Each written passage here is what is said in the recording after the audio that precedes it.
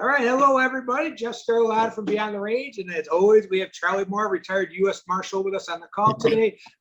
So, why do you have to come to training? What are we going to learn, Charlie? We are 2 weeks away from your upcoming seminars up here in upstate New York. There is still room for the Friday night and Saturday classes. The other ones are sold out already. But we're doing Friday night. We are doing low light room clearing for civilians. And on Correct. Saturday morning, we're doing weapon retention, and we're talking about weapon retention being the weapon, keeping it in your holster, so in case somebody grabs you. We're going to talk about that in a second. But let's first talk about low light. When we talk about low light training, we're relating it to a civilian who hears a noise in the middle of the night. They have to go down. They have to kind of check their house or single floor, whatever it might be. They have to go check their house, and we're going to talk about using low light.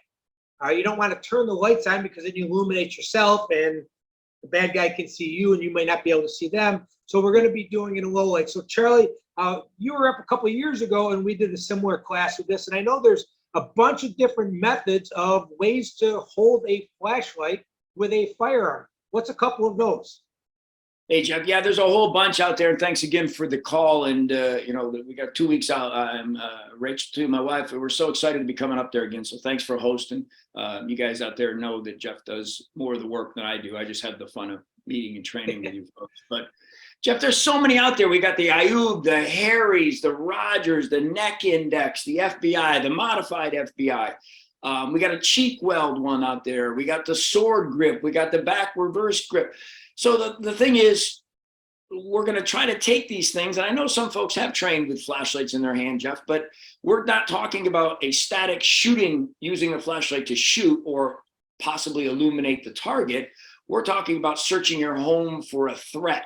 And those are two different things using the same tool. So that's what we're really going to focus on is room clearing using angles and movement. But as you mentioned, we're going to talk about backlighting. If I'm standing in a doorway, for example, and the light's on behind me, I'm backlit, even though it may be dark in front of me. So we're going to talk about that. We're going to talk about, the threats in darkness, and we're just going to hit it all. So we're going to have room clearing, and then room clearing, as you mentioned, in low light. So you're getting kind of a double bang for your buck. So it's really imperative that you come on out, train, and learn how to utilize that. And we're going to even touch on weapon mounted lights and the pros and cons of that. So it's just kind of an all encompassing thing for personal and home protection, Jeff. You kind of touch base on it. A lot of people talked about doing training with flashlights. I kind of practice at the range or whatever, and they're in a static environment, which means it's not changing. Right. They'll be shooting at you. It's not a threat of any sort. And a lot of people have a challenge shooting one-handed. Right. And now with a flashlight in your hand or a cell phone in your hand, you may have to shoot one-handed. Right. So I know you're going to be talking about things like that as well. A couple of years ago when you came up here, you also talked about how to use a flashlight to reflect it off the wall or the ceiling, or reflect it off the wall, or to turn it on, turn it off. And I know that's things you're going to be covering in this class. Is that correct? Absolutely. Because, when we say that flashlight, or maybe this is, your first experience with it, is we're not going to keep it on the whole time. So we're going to talk about when to turn it off, when to turn it on, how to move, how to utilize the fact that your home better than an intruder. So utilizing, as you mentioned, low light, and there's very, very rare times where there's no light, but low light in your residence to your benefit, because it is concealment if they can't see you, and then you can see them by proper utilization of that flashlight. So yeah, we're going to hit on all those things, Jeff. This is, like I said, it's a real exciting class, and it's certainly needed, for a comprehensive assessment of your home protection skills. So I think it's certainly a valuable tool that we don't train every day. Right. And I know we have a couple spaces left for that class, so there'll be a link in the description below where you can go on the website and find out more information about it and register if you'd like on that one. Saturday morning, we're talking about weapon retention. Right. We've talked about this before. Most civilian situations are happening in less than 10 feet. Yes, sir. So with that short distance, there's a good chance that bad person may grab your firearm if you present it out, extend it out. Or like you've talked about before, maybe you get into the hands-on type situation, and the next thing you know, the guy's grabbing your firearm that's on your side. So Sure. there's a lot of different, I shouldn't say there's a lot of different methods. There's a few different methods out there that I got to be honest, training people, I didn't feel were very effective. And in Right. some of them, it actually put the firearm in the bad guy's hand easier. So Yeah. what's your thoughts on that? And Yeah, really good description, Jeff, about what we're going to hit is, to me, responsibilities as a handgun owner or a concealed carrier don't end just because you took it out of your safe, which is fantastic at home. Right. Is it still your responsibility to maintain that weapon in a safe manner in the street, in the environment, in your place of work, or wherever you're authorized to carry that weapon?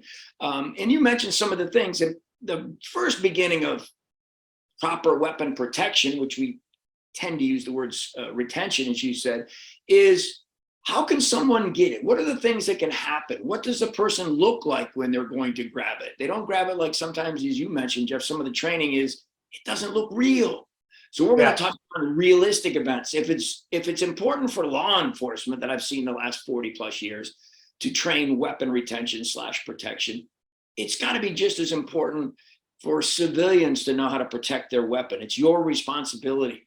So we're going to talk about, just like you said, Jeff, say, you draw your weapon, but you draw it in too close proximity to the person and you're not right engaging right away. You have a little bit of dialogue and the person closes distance faster than you think. And that's something we're going to take into consideration, is we don't always run the distance show. They close distance, they grab the weapon, you start fighting for the weapon. We're going to talk about methodologies and processes to keep that weapon secure, to keep it, with you. And then we're going to talk about the one that you hit is, say, unfortunately get into a physical altercation and the subject grabs you, the person grabs you, and they notice now that you're around your waist, say, appendix carry or whatever, that you have a firearm, and now you start fighting for it. So that's in the holster or in the concealment weapon retention situation. So we're going to hit all those. And I think, like I said, if it's vitally important that you keep your weapon safe at home, locked and secure away from children and family members and things like that, it's just as important to keep it safe while you're out into the quote unquote real world, into your daily business. So that's what we're going to hit on. If it's important for law enforcement, it's just as important, as I said, for civilians to learn how to protect and retain their weapons. So that's what we're going to do Saturday morning, my friend. all right, well, I look forward to it. You always bring across the skills and knowledge needed for civilian point of view. I know you have the experience with law enforcement, and a lot of times when you train with a law enforcement, they bring it across as a law enforcement point of view or experience. You like to bring it across as civilian. I think that's important. And I am super, super excited for it. 2 weeks. I finally get to meet your wife. That's going to be super exciting. And then we just have a full weekend ahead. So Charlie, I look forward to it. I appreciate you being on this little quick call today, and I'm going to see you in 2 weeks. All right, Jeff, thanks a lot. We'll see you soon. Take care. All right. Thank you. Yes, sir.